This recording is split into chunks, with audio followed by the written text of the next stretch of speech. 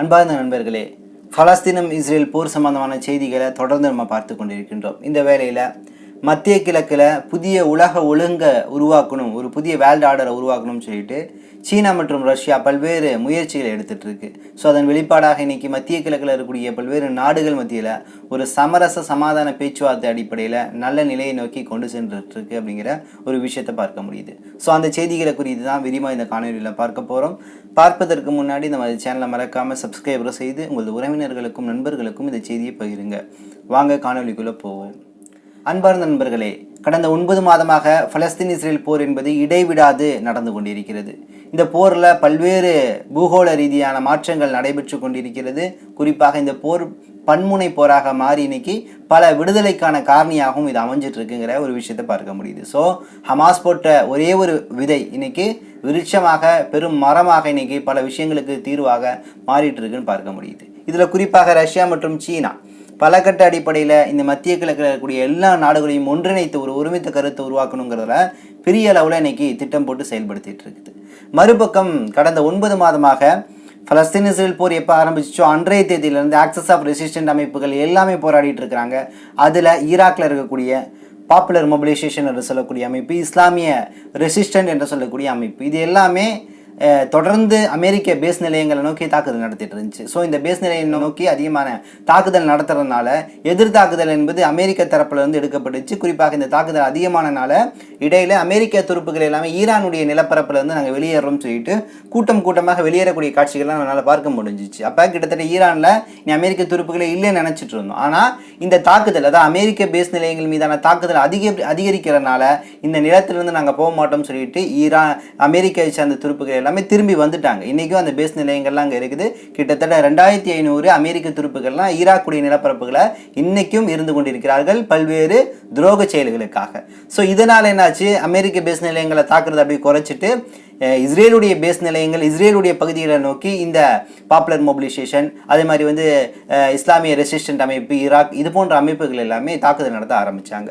So இந்த நிலையில தான் இன்னைக்கு ஈராக்குடைய பிரதமராக இருக்கக்கூடிய அதிபராக இருக்கக்கூடிய நபர் சொல்லியிருக்கிறாரு, எங்களுடைய நிலப்பரப்புக்கு இனிமேல் அமெரிக்காவுடைய படை தேவை கிடையாதுன்னு சொல்லிட்டு கடந்த 6 மாதமாக தொடர்ந்து அழுத்தம் கொடுத்துட்டு இருக்கிறாரு. அமெரிக்க துருப்புகள்லாம் உடனடியாக இந்த 2500 துருப்புகள்லாம் வெளியேறிடுங்கன்னு சொல்லக்கூடிய உத்தரவு கொடுத்துட்டு இருக்கிறாரு. குறிப்பாக ஈராக்குடைய பகுதியில் ஒரு 3 இடங்கள், பாக்தாது, அன்பார், அதே மாதிரி நார்த்து குர்திஸ்தான், இந்த 3 இடங்களில் தான் அமெரிக்காவுடைய பேஸ் நிலையங்கள் இருக்குது. இந்த பேஸ் நிலையங்கள், அதாவது இந்த இடத்துல இருக்கக்கூடிய பேஸ் நிலையங்களை சுற்றி இராணுவ துருப்புகள் அதிகமாக இருப்பாங்க. அவங்களுடைய பயிற்சிகள் எல்லாமே நடந்துட்டு இருக்கும். ஸோ அடிப்படையில் இவங்க ஏன் இங்கே இருக்காங்கங்கிறதுக்கான கேள்வி என்னன்னு கேட்டிங்கன்னா, என்ன சொல்கிறாங்கன்னா, இங்கே தீவிரவாத நடமாட்டம் இருக்குது, ISIS உடைய நடமாட்டம் அதிகமாக இருக்குது. யார்? அமெரிக்கா இஸ்ரேல் உருவாக்கின ISIS-ஐ இவர்களே உருவாக்கி இவர்களே வேட்டையாடக்கூடிய ஒரு சூழலை நோக்கி ஒரு பொய்யான பிரச்சாரத்தை முன்னெடுத்துட்டு இருக்காங்க. ஸோ ISIS-ஐ நாங்கள் பிடிக்க போகிறோம், அபாயமான பாம்லாம் இங்கே இருக்குது அப்படின்னு சொல்லக்கூடிய பொய்யான பிரச்சாரத்தை சொல்லிட்டு இருக்கிறாங்க. ஆனால் ஈராக்குடைய தலைவர் என்ன சொல்கிறாரு, அந்த ISIS-ஐ பிடிக்கிற வேலையில நாங்கள் பார்த்துக்குறோம், நீங்கள் எங்கள் நிலப்பரப்புக்கு நீ தேவை கிடையாது, உடனடியாக வெளியேறுங்கன்னு சொல்லக்கூடிய எச்சரிக்கையை தொடர்ந்து கொடுத்துட்டு இருக்கிறாங்க. ஸோ இந்த அமெரிக்காவுடைய இந்த ஈராக்குடைய நில அபகரிப்பு, இவருடைய இந்த சுரண்டல்களை பற்றி நம்ம பார்க்கணும்னு பார்த்தீங்கன்னா, கிட்டத்தட்ட 2003 கிட்டத்தட்ட பெரிய ஒரு இன அழிப்பையே இந்த அமெரிக்கா, இஸ்ரேல், பிரிட்டன் போன்ற நாடுகள்லாம் செஞ்சுருக்காங்க. குறிப்பாக அமெரிக்கா, பிரிட்டன் 2003 உள்ள நுழைஞ்ச இந்த அமெரிக்க படை அங்கே இருக்கக்கூடிய வெடி மருந்துகள், ஆபத்தான பொருட்களை எடுக்கிறோம்னு சொல்லிட்டு உள்ளே போனவங்க இன்னைக்கு வரையும் எதுவுமே எடுக்கலை. ஆனால் இந்த வாயில வருது, இந்த நாதாரிகள் திருடி சென்ற பொருட்கள் என்னென்னா கோல்டு பிஸ்கெட். ஈராக்குடைய கஜானாவில் இருக்கக்கூடிய கோல்டு பிஸ்கெட் எல்லாம் திருடிட்டு போயிருக்காங்க அன்னைக்கு. இன்னைக்கு என்ன பண்ணுறாங்கன்னா, நாங்கள் ISIS ஒழிக்கிறோம்னு சொல்லிட்டு அங்கே இருக்கக்கூடிய குரூட் ஆயில் மற்றும் இந்த பெட்ரோலியம், இது போன்ற ஆயில்கள், எண்ணெய்களை திருடி செல்லக்கூடிய வேலையை தான் தொடர்ந்து செஞ்சுட்டு இருக்காங்க. இது ஒரு காரணம்.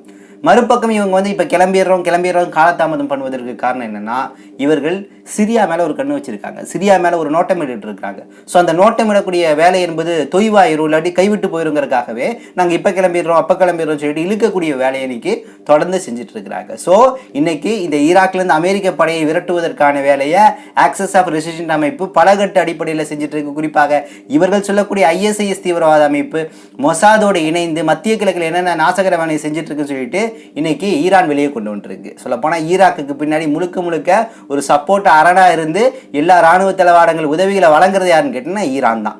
ஈரான் தான் ஒட்டுமொத்த ஆக்சஸ் ஆஃப் ரெசிஸ்டன்ட் அமைப்புகளுக்கும் ஃபண்டில் இருந்து மெட்டீரியல் வரையும் கொடுக்கறது என்னன்னா ஈரானாக தான் காணப்படுது அப்படிங்கிற விஷயத்தை பார்க்க முடியுது. அந்த ஆக்சஸ் ஆஃப் ரெசிஸ்டன்ட் அமைப்புகளுடைய கமாண்டோவில் யார் இருக்கான்னு கேட்டிங்கன்னா லெபனானுடைய ஹிஸ்புல்லாவுடைய தலைவராக இருக்கக்கூடிய ஹசன் நஸ்ருல்லா இருக்கார் அப்படிங்கிற விஷயத்தை தான் பார்க்க முடியுது. அப்போ நிச்சயமாக வரக்கூடிய நாட்களில் ஈராக்ல இருந்து மிகப்பெரிய தாக்குதல்கள் வந்து இன்னைக்கு அமெரிக்க துருப்புகளை நோக்கி மீண்டும் ஏற்படுத்த காரணமாக இருக்கும் அப்படிங்கிற ஒரு புள்ளியிலிருந்து இந்த விஷயத்தை நம்மளால் பார்க்க முடியுது. அடுத்து வெஸ்ட் பேங்க்ல இன்னைக்கு அமெரிக்கா மற்றும் இஸ்ரேலுக்கு ஒரு அதிர்ச்சிகரமான சம்பவம் என்னன்னா, இவ்வளவு ஆண்டு காலமாக காசாவுக்குள்ள நம்மளால நுழைய முடியல. காசாவுக்குள்ள எந்த இராணுவ துருப்புகளும் இஸ்ரேலுடைய இராணுவ துருப்புகள் கிடையாது, முகாம்கள் கிடையாது, செட்டில்மெண்ட் வீடுகள் கிடையாது. அந்த அளவு காசாவுடைய நிலப்பரப்பில் ஹமாஸ் ஒரு டாமினேட் ஆட்சியை கொடுத்துட்டு இருந்துச்சு நம்மளால் பார்க்க முடியுது. ஆனால் வெஸ்ட் பேங்க்ல மஹமூத் அப்பாஸுடைய இஸ்ரேலுடைய ஆதரவு, அமெரிக்க ஆதரவு, உலக ஆதரவு என்ற அடிப்படையில் அவர்கள் வழிவிட்டதன் விளைவு இன்னைக்கு இஸ்ரேலில் பல்வேறு செட்டில்மெண்ட் வீடுகள் எல்லாமே காணப்படுது. ஸோ இப்படிப்பட்ட ஒரு 75 ஆண்டு காலமாக அனுதினம் கண்காணிப்புக்குள்ளாக்கப்பட்ட இந்த வெஸ்ட் பேங்க் மேற்கு கரையில் இன்னைக்கு பலாயிரக்கணக்கான ஆயுதங்கள்லாம் உள்ள வந்திருக்கு, துப்பாக்கிகள் உள்ள வந்திருக்குது, பல ஆயுத தளவாடங்கள் உள்ள வந்திருக்கு. இதன் விளைவாக இன்னைக்கு ஒரு செக் போஸ்ட் இஸ்ரேலுடைய செக் போஸ்ட்டில் ஒரு மிகப்பெரிய தாக்குதல் நடத்தியிருக்கிறாங்க. இந்த தாக்குதல் நடந்தது பார்த்தீங்கன்னா சீட்டா பிரிகேட்டர் என்று சொல்லக்கூடிய ஒரு புதிய அமைப்பு.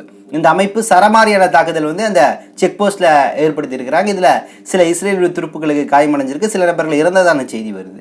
ஸோ அப்போ இன்னைக்கு இஸ்ரேலுக்கும் அமெரிக்காவுக்கும் என்னன்னா, வெஸ்ட் பேங்குக்குள்ள ஆயுதங்களே வரலையே, இல்லவே இல்லையே, எப்படி இவ்வளோ ஆயுதங்கள் வந்துச்சு, இவ்வளோ தோட்டாக்கள், குண்டுகள், துப்பாக்கிகள் வந்துச்சுன்னு சொல்லக்கூடிய ஒரு குழப்ப நிலையிலே இருக்கிறாங்க. ஆனால் நமக்கு கிடைத்த செய்தினா முன்பு நாம் படித்ததிலிருந்து கிடைத்த ஒரு செய்தி என்னன்னா, தொடர்ந்து ஈரான் வந்து இந்த வெஸ்ட் பேங்குக்குள்ள ஆயுதங்களை கொண்டு வர ஜோர்டான் வழியாக முயற்சி பண்ணிட்டு இருந்துச்சுன்னு நமக்கு தெரியும். ஜோர்டானுடைய நிலப்பரப்பு வழியாக பல முறை கொண்டு போய் இருக்குது. ஈரான் வந்து பல்வேறு டேங்கரில் வந்து ஆயுதங்கள், துப்பாக்கிகள்லாம் கொடுக்கும். ஜோர்டான் வழியாக போகக்கூடிய சமயத்தில் அந்த இஸ்ரேலுடைய மொசாத் அல்லது லோக்கல் உளவு பிரிவாக இருக்கக்கூடிய சின்பட்டு போய் பிடிச்சிட்டு வந்துடும். இப்படியே நடந்துகிட்டே இருந்துச்சு. ஆனால் இந்த முறை அப்படி ஒருவேளை அனுப்பின ஆயுதங்கள் எல்லாமே வெஸ்ட் பேங்க்ல போய் அந்த போராளி குழுக்களுக்கு கையில் கிடைச்சிருச்சு. அதன் விளைவாக தான் எதிர்த்தாக்குதலை அதிகப்படுத்தியிருக்காங்களோ அப்படிங்கிற ஒரு கேள்வியும் நமக்குள்ள எழுந்து கொண்டு தான் இருக்கு. ஸோ இப்படிப்பட்ட நிகழ்வு போயிட்டு இருக்கு. மறுபக்கம் இன்னைக்கு பல்வேறு அமைதிக்கான பேச்சுவார்த்தைகள் நல்ல ஒரு ஆரோக்கியமான சூழலை மத்திய கிழக்கு நோக்கி கொண்டு போயிட்டு இருக்குன்னு பார்க்க முடியுது. என்னென்ன சூழல்னு கேட்டிங்கன்னா, ஒரு பக்கம் ரஷ்யா துருக்கி மற்றும் சிரியாவுக்கான ஒரு அமைதி பேச்சுவார்த்தை எடுத்துட்டு இருக்காங்க. 2 பேர் மத்தியில் ஒரு கிளாஷ் இருக்கிறதுனால இந்த 2 பேர்த்தையும் மாஸ்கோவுக்கு அழைச்சிருக்காங்க. இன்னொரு பக்கம் சீனா ஃபத்தஹ், ஹமாஸ் போன்ற அமைப்புகள், PLO போன்ற அமைப்புகள் தலைவர்கள் எல்லாத்தையும் அழைச்சா இவர்கள் மத்தியில் ஒரு நல்ல நிலையை ஏற்றணும், இவர்கள் மத்தியில் அரசாங்க ரீதியாக அந்த பலஸ்தீன் நாட்டுடைய ஆட்சி ரீதியாக ஒரு ஒற்றுமை ஏற்படுத்தணும்னு சொல்லக்கூடிய முயற்சியை சீனா ஒரு பக்கம் எடுத்துட்டு இருக்குது. மறுபக்கம் இந்த ஹூதிகள், அன்சாருல்லாக்கள் இன்னைக்கு சவுதியோட முரண் பிடிச்சு சவுதியை நாங்கள் தாக்குவோம், ரியாதை அழிப்போம் சொல்லி கொண்டிருந்த இந்த வேளையில் ஒமன் மற்றும் இன்னும் பல்வேறு நாடுகள், குறிப்பாக யூஎன் ஐநா சபை, இந்த 2 நபர்களும் ஒன்றாக சேர்ந்து இன்னைக்கு வந்து ஒரு பீஸ் கமிட்டி அமைச்சு சில பல்வேறு முடிவுகளையும் எடுத்திருக்காங்க அப்படிங்கிற ஒரு மகிழ்ச்சியான செய்தி கிடைச்சிருக்கு. அப்போ அங்கங்கே ஒரு நல்ல நிலை வந்து ஏற்படுத்தப்படுது அப்படிங்கிற விஷயத்தை பார்க்க முடியுது. முதல் கட்டமாக நம்ம பார்ப்பது என்னன்னு கேட்டிங்கன்னா, யமனுடைய விஷயம். யமன் உங்களுக்கு தெரியும், சவுதி மேலே காண்டா இருந்தாங்க. சவுதி தான் வந்து யமனுடைய ஹுடைடா துறைமுகத்து மேலே இஸ்ரேல் தாக்குதல் நடத்தக்கூடிய சமயத்தில் உதவி செஞ்சிச்சுன்னு சொல்லக்கூடிய ஒரு குற்றச்சாட்டை வச்சாங்க. அதற்கு பதிலடியாக நாங்கள் சவுதியுடைய ரியாதுடைய விமான நிலையத்தை தாக்குவோம்னு சொல்லி எச்சரிக்கை செஞ்சுருந்தாங்க. ஸோ இந்த சிச்சுவேஷனில் தான் இது அப்படியே பதற்றமாக இருந்துச்சுன்னா மீண்டும் சவுதி அரேபியாவுக்கும் யமனுக்கும் மத்தியில் மிகப்பெரிய போர் மூண்டும் அப்படின்னு சொல்லக்கூடிய ஒரு நிலைமை வந்துடும். சகோதரர்களுக்குள்ளேயே அடித்து வெட்டி சாகக்கூடிய ஒரு நிலைமை உருவாகும் சொல்லி உணர்ந்த ஒமன் நாடு யூஎன்னோடு இணைந்து 2 பேரும் வந்து ஒரு பீஸ் கமிட்டி வச்சிருக்கிறாங்க. இந்த பீஸ் கமிட்டியுடைய பேர் பார்த்தீங்கன்னா PLC, பிரசிடென்டல் லீடர்ஷிப் கவுன்சில். இந்த கவுன்சிலின் அடிப்படையில் ஒமனுக்கும் சவுதிக்கும் மத்தியில் சில விஷயங்கள் பேசப்பட்டிருக்குது. என்னன்னு கேட்டிங்கன்னா, இந்த யமன் நாட்டுடைய ஐநாவுக்கான தூதர் இருப்பார்ல, அவர் தான் இந்த அறிக்கையில் வெளியிட்டிருக்கிறார். அவர் என்ன சொல்கிறாருன்னா, முதல் கட்டமாக வங்கி சார்ந்த கணக்கு இருக்குல்ல, வங்கி பரிவர்த்தனை, இது ரெண்டுமே 2 நாடுகளுக்கு மத்தியில் ஒரு வெளிப்படை தன்மையில் இருக்கணும், 2 நாடுகளும் அதை வந்து ஷேர் பண்ணிக்கணும் அப்படின்னு சொல்லக்கூடிய விஷயத்தை வெளியிட்டிருக்காங்க. அடுத்து ஜோர்டானுக்கான விமானத்தை வந்து நீங்கள் இயக்கணும். யமனிய ஏர்லைன்ஸ் என்று சொல்லக்கூடிய அந்த ஏர்லைன்ஸ் விமானத்தை ஜோர்டான் வரையும் அனுதினமும் நீங்கள் இயக்கணும்னு சொல்லக்கூடிய ஒரு அறிக்கையை விட்டுருக்கிறாங்க. அதுக்கடுத்து எகிப்து இந்தியாவுடனான விமான சேவையை உடனடியாக நீங்கள் துவங்க வேண்டும். அதற்கடுத்து பார்த்தீங்கன்னா, சிறைவாசிகளை பரிமாற்ற ஒப்பந்தத்தின் அடிப்படையில் முழுமையாக அதை பயன்படுத்தி 2 பேரும் சிறைவாசிகள் பிடிச்சிருப்பீங்கல்ல, 2 பேரும் வந்து உங்களுடைய சிறைவாசிகளை மாற்றிக்கணும், அப்படின்னு சொல்லக்கூடிய ஒரு விஷயத்தை வெளியிட்டிருக்கிறாங்க. அடுத்து இன்னைக்கு 8 வருடங்களாக இந்த போர் நடைபெற்று கொண்டிருக்கிறது. சவுதி அரேபியாவுக்கும் யமனுக்கும் மத்தியில் நடந்திருக்குது. ஸோ இதெல்லாம் நீங்கள் மறந்துட்டு ஒரு சகோதரர்கள் என்ற அடிப்படையில் நீங்கள் ஒன்றிணையும் சொல்லக்கூடிய ஒரு முன்னெடுப்பை ஓமன் மற்றும் யூஎன் இன்னைக்கு முன்னெடுத்திருக்குது. ஆனால் இன்னைக்கு அமெரிக்காவுக்கு இது பிடிக்குமா? அமெரிக்கா சொல்வதில் என்ன விஷயம் சொல்ல வருது அப்படின்னு கேட்டிங்கன்னா, இந்த ஒப்பந்தத்துக்குலாம் நீ சைன் போடாத, நீ மீண்டும் அந்த போரை முன்தொடு, மீண்டும் யமனை போட்டு தாக்கி அடி, நான் உனக்கு உதவி செய்கிறேன், உனக்கு என்ன வேணுமோ சவுதி அரேபியா நான் கொடுக்குறேங்க அளவு இன்னைக்கு அமெரிக்காவுடைய சில வட்டாரங்கள்ல இருந்து இந்த ஒப்பந்தத்தை உடைப்பதற்கான ஒரு வேலையும் நடந்து கொண்டிருக்குது அப்படிங்கிற விஷயமும் நமக்கு கிடைத்த வண்ணம் இருக்கு. மறுபக்கம் ஈரான் மற்றும் ரஷ்யாவுக்கு மத்தியில் வரலாற்று சிறப்புமிக்க சில ஒப்பந்தங்கள் கையெழுத்தாக தயாரான சூழல் இருக்கு அப்படிங்கிற ஒரு செய்தியும் ரஷ்யா மற்றும் ஈரான் தரப்புல இருந்து இன்னைக்கு வெளியிடப்படுது. அப்ப ஒட்டுமொத்தமாக பார்க்கக்கூடிய சமயத்துல பல்வேறு நல்ல விஷயங்கள்லாம் நடந்துட்டு இருக்குது அப்படிங்கிற ஒரு விஷயத்தை பார்க்க முடியுது. அந்த விஷயத்துல புதிய உலக ஒழுங்கு என்ற புதிய உலக ஒழுங்கு நியூ வேர்ல்ட் ஆர்டரை ஒரு நல்ல சிறப்பான முறையில் கொண்டு போகணும்னு சொல்லிட்டு தான் இன்னைக்கு சீனா மற்றும் ரஷ்யா முயற்சி பண்ணிட்டு இருக்கு. அடுத்து ஒரு நல்ல விஷயம் என்னன்னு கேட்டீங்கன்னா, இன்னைக்கு சீனா ஒரு அற்புதமான செயலை நிகழ்த்த தயாரா இருக்கு. சில வரையறையும் கொண்டு வந்திருக்குது. சீனா என்ன பண்ணியிருக்குன்னா, பலஸ்தீனில் இருக்கக்கூடிய காசாவை ஆட்சி செய்யக்கூடிய ஹமாஸ், அல் கசாம் பிரிகேட்ரு, அதே மாதிரி வெஸ்ட் பேங்க்ல இருக்கக்கூடிய PLO, ஃபத்தகு போன்ற அமைப்புகள் எல்லாத்தையும் அழைச்சி இவங்க மத்தியில் பல்வேறு விஷயங்களை பேச்சுவார்த்தை நடத்தி ஒரு வரையறையை கொண்டு வந்திருக்கு. இந்த வரையறையை உலக நாடுகள், ஐநா, அதை தாண்டி இந்த இஸ்ரேல், அமெரிக்காவில் ஏற்றுக்கொள்ள வேண்டும் அப்படின்னு சொல்லக்கூடிய ஒரு விஷயத்தை முன்வைக்குது. இதில் எந்த இடத்துலையுமே ஹமாஸையோ மிச்ச அமைப்புகளையோ கழட்டி விட்டு வெறும் ஃபத்தகை மட்டும் வச்சுக்கணும், PLO வச்சுக்கணுங்கிற ஒரு விஷயத்தை கூட இந்த நிலைப்பாட்டில் வந்து கொண்டு வரல அப்படிங்கிற விஷயத்தை நம்மளால் பார்க்க முடியுது. ஸோ சீனா ஒரு நல்ல விஷயத்தை முன்னெடுத்திருக்குது. ஆனால் இந்த விஷயத்திற்கு முட்டுக்கட்டை போடுவதற்காக UAE கடந்த சில நாட்களுக்கு முன்னாடி சனிக்கிழமைன்னு நினைக்கிறேன் அபுதாபியில் நடந்த ஒரு மீட்டிங். இந்த மீட்டிங் பேர் பார்த்தீங்கன்னா IPKF, அதாவது இன்டர்நேஷனல் பீஸ் கான்ஃபிடென்ட் ஃபோர்ஸ் என்று சொல்லக்கூடிய இந்த மீட்டிங்கில் பார்த்தீங்கன்னா UAE கலந்துருக்குது. அதே மாதிரி இன்னும் சில நாடுகள்லாம் கலந்துருக்குது. இதில் என்ன முடிவு வச்சுருக்காங்கன்னா, UAE வச்சு UAE, இஸ்ரேலு, அமெரிக்கா இவங்க 3 பேரும் பேசிக்கிறாங்க. எப்படின்னா, உடனடியாக UAE சில ஆட்கள் எல்லாம் உள்ளே போய் ஃபத்தகை மட்டும் அங்கே வச்சுக்கிட்டு ஹமாஸையும் அல் கசாம் பிரிகேட்டரி கழட்டி விட்டுறணும், ஃபத்தகை வந்து முழுமையான ஆட்சி, முழுமையான பலஸ்தீனுடைய ஆட்சி இந்த போர் முடிஞ்ச பின்னாடி ஏற்படுத்தணும் அப்படிங்கிற மாதிரி பேசியிருக்கிறாங்க. ஆனால் இதை எந்த நாடுகளும் செவிமடுக்கலை. குறிப்பாக பலஸ்தீனில் இருக்கக்கூடிய அல் கசாம் பிரிகேட்டர், ஹமாஸ் போன்ற அமைப்புகள் இது ஏற்றுக்கொள்ளவே இல்லை. ஆனால் மாறாக சீனா இன்னைக்கு நல்ல நிலையை கொண்டு வந்திருக்கு. அது முழுமையாக நம்ம இங்கே பார்ப்போம். சீனா இன்னைக்கு வந்து என்ன சொல்லியிருக்குன்னு கேட்டிங்கன்னா, எங்களுடைய நிலைப்பாடு என்னன்னு கேட்டிங்கன்னா, இந்த பலஸ்தீனுடைய விடுதலை ஆன பின்னாடி இந்த நிலப்பரப்பை ஒன்றாக சேர்ந்து அனைவரும் ஆட்சி செய்ய வேண்டும். அதில் 2 நாடு சொல்யூஷன் என்ற விஷயத்தில் இஸ்ரேலுக்கு பிரச்சனை இருக்காது. காரணம், இதை ஃபத்தகே தலைமை இருக்கும், ஃபத்தகுடைய தலைமையில் இருக்கும். ஆனால் 2 ஆட்சியாளர்கள் இருப்பாங்க. ஆனால் இந்த 2 ஆட்சியும் எப்படி பங்கீடு செய்யப்படும் கேட்டிங்கன்னா, ஃபத்தகு, அதே மாதிரி PLO, அதே மாதிரி பலஸ்தீன் அத்தாரிட்டி என்ற அந்த இயக்கங்கள், அமைப்புகள், இங்கிட்டு ஹமாஸ், அதே போன்ற அல் குட்ஸ் பிரிகேட்டர், அதே போல் வந்து அல் கசாம் பிரிகேட்டர், இது போன்ற அமைப்புகள் எல்லாமே இருப்பாங்க. இதில் நீங்கள் அல் குட்ஸ் பிரிகேட்டர், அல் கசாம் பிரிகேட்டர் நீங்கள் வந்து தீவிரவாதிகள்னு சொல்லிலாம் ஒமிட் பண்ண முடியாது, அவர்களையும் இதுக்குள்ளே சேர்த்துக்கணும்னு சொல்லக்கூடிய ஒரு விஷயத்தை கொடுத்துருக்கு. அப்போ எல்லாம் ஒன்றாக சேர்ந்து ஒரு நிலைப்பாட்டு எடுக்கணுங்கிறதான் இதன் மூலம் பார்க்க முடியுது. அடுத்து இதில் அரசியல் பிரிவு, அரசியல் சார்ந்த முடிவுகள் வந்து ஹமாஸ் எடுக்கும். அதே மாதிரி இராணுவ படையாக, இராணுவ வீரர்களாக யார் இருப்பாங்கன்னு கேட்டிங்கன்னா, அல் கசாம் பிரிகேட்டரும் அல் குட்ஸ் பிரிகேட்டரும் இருப்பாங்க அப்படிங்கிற மாதிரி சில விஷயங்களை எல்லாம் முன் வச்சிருக்கு. அப்போ இது எல்லாத்துக்கும் அடிப்படையில் ஒரு ஆட்சி அமைய வேண்டும் என்பதுதான் சீனாவுடைய வரையறையாக இருக்குது. இது எந்த அளவு ஏற்றுக்க போகிறாங்க, ஏற்றுக்கிறது இல்லை அப்படிங்கிறது 2வது விஷயம். ஆனால் சீனா இவ்வளோ நேர்த்தியான ஒரு விஷயத்தை முன்னெடுத்திருக்கு அப்படிங்கிற ஒரு செய்தியை நம்மளால் பார்க்க. இது அடுத்து காசாவில் பல்வேறு மருத்துவமனைகளில் இணைய சேவை இல்லாமல் பல்வேறு விஷயங்கள் செய்ய முடியாத சூழல் இருந்தனால கொஞ்சம் இறக்கப்பட்டு எலான் மாஸ்க் ஸ்டார்லிங்க் என்று சொல்லக்கூடிய அந்த இணைய சேவை, செயற்கைக்கொள்ளி வழியான இணைய சேவை என்பது கொடுக்க வேண்டும் என்ற அந்த உத்தரவு வந்து UAE மற்றும் இஸ்ரேல் கொடுத்துருக்காங்க சிறிது காலம் அப்படிங்கிற ஒரு செய்தி வந்திருக்கு. ஸோ இந்த இன்டர்நெட் சேவை என்பது இன்னைக்கு ஓரளவு பயன்பாட்டிற்கு காசாவுடைய மருத்துவ பகுதிகள்லாம் வந்துட்டு இருக்கு, நம்ம பார்க்க முடியுது. அடுத்து உலகம் முழுக்க கடந்த வெள்ளிக்கிழமை உங்களுக்கு தெரியும், மிகப்பெரிய அளவில் வந்து இன்டர்நெட் சேவை, இணைய சேவை என்பது மிகப்பெரிய அளவில் ஜாம் ஆயிருச்சு. குறிப்பாக வணிக ரீதியாக, பொருளாதார ரீதியாக, சுகாதாரத்துறை ரீதியாக, அரசு ரீதியாக இயங்கக்கூடிய பல இணைய சேவைகள் முடக்கப்பட்டனால எல்லாமே பெரிய அளவில் கொலாப்ஸ் ஆயிடுச்சு, நம்மளால் பார்க்க முடிஞ்சிச்சு. உலக அளவில் ஏற்பட்ட இந்த பாதிப்பு ஈரானுக்கு மட்டும் ஏற்படலை, அதுதான் பெரிய சிறப்பு. ஸோ ஈரான் எந்த அளவு வளர்ந்துருக்கு அப்படிங்கிற விஷயத்தை இதன் மூலம் பார்க்க முடியுது.